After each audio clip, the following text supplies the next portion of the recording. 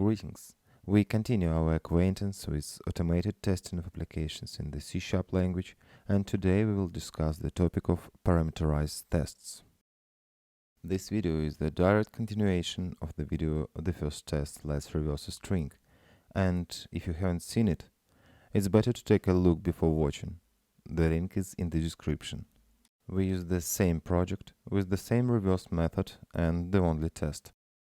However, it's worth recognizing that the written test obviously doesn't cover all possible situations in which the reverse method can be used. So, for example, we don't know how our code will behave if null is passed as a parameter. How will an empty string be processed? A string containing only a space? For completeness, let's add here the already described case with plain text. Obviously, a test that covers only one of the possible use cases is not complete, not particularly useful, and in some cases even harmful, because after running the test, the developer will be sure that the program works correctly, which is not the fact, to say the truth.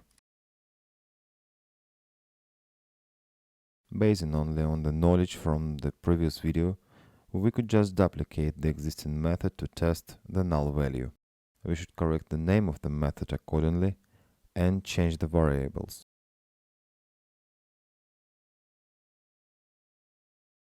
And then make another duplicate for an empty line, and so on, a duplicate after a duplicate. Obviously, this approach is not convenient. It forces us to write too much text and is extremely difficult to maintain. Imagine, for example, that some parameter has been added to the reverse method. Now we have to add it to every duplicated test. But we are going to switch to a more reasonable organization of the code. Obviously, the reverse success method is a regular sharp method with a completely canonical signature and work mechanics. This is why it, like any other method, is able to accept parameters. Let's move the input variable to the method parameters. Okay. The problem is that the parameter is not filled in by anyone and the sharp doesn't understand where to get it from, which is reported by an error. In order for the magic to work, we need to change the attribute of the method from fact to theory, which is able to handle test method parameters. And the last attribute we need is inline data. On the one hand, it's a data repository for the test. On the other hand, it performs virtual code duplication for us. Let's create inline data attributes in accordance with the number of our cases and fill them with the appropriate values.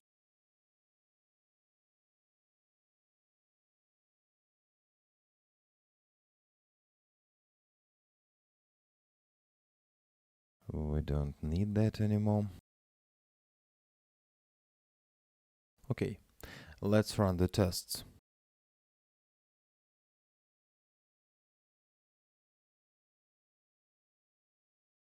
Yep, crashes are inevitable.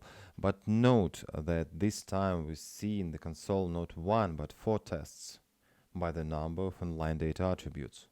Those now, instead of duplicating the entire test method when adding a new script, we can simply add one more attribute which will create a virtual test for us.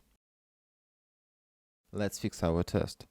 As you may have noticed, we only parameterized the input field, and each test still compares the result of the method with the same expected.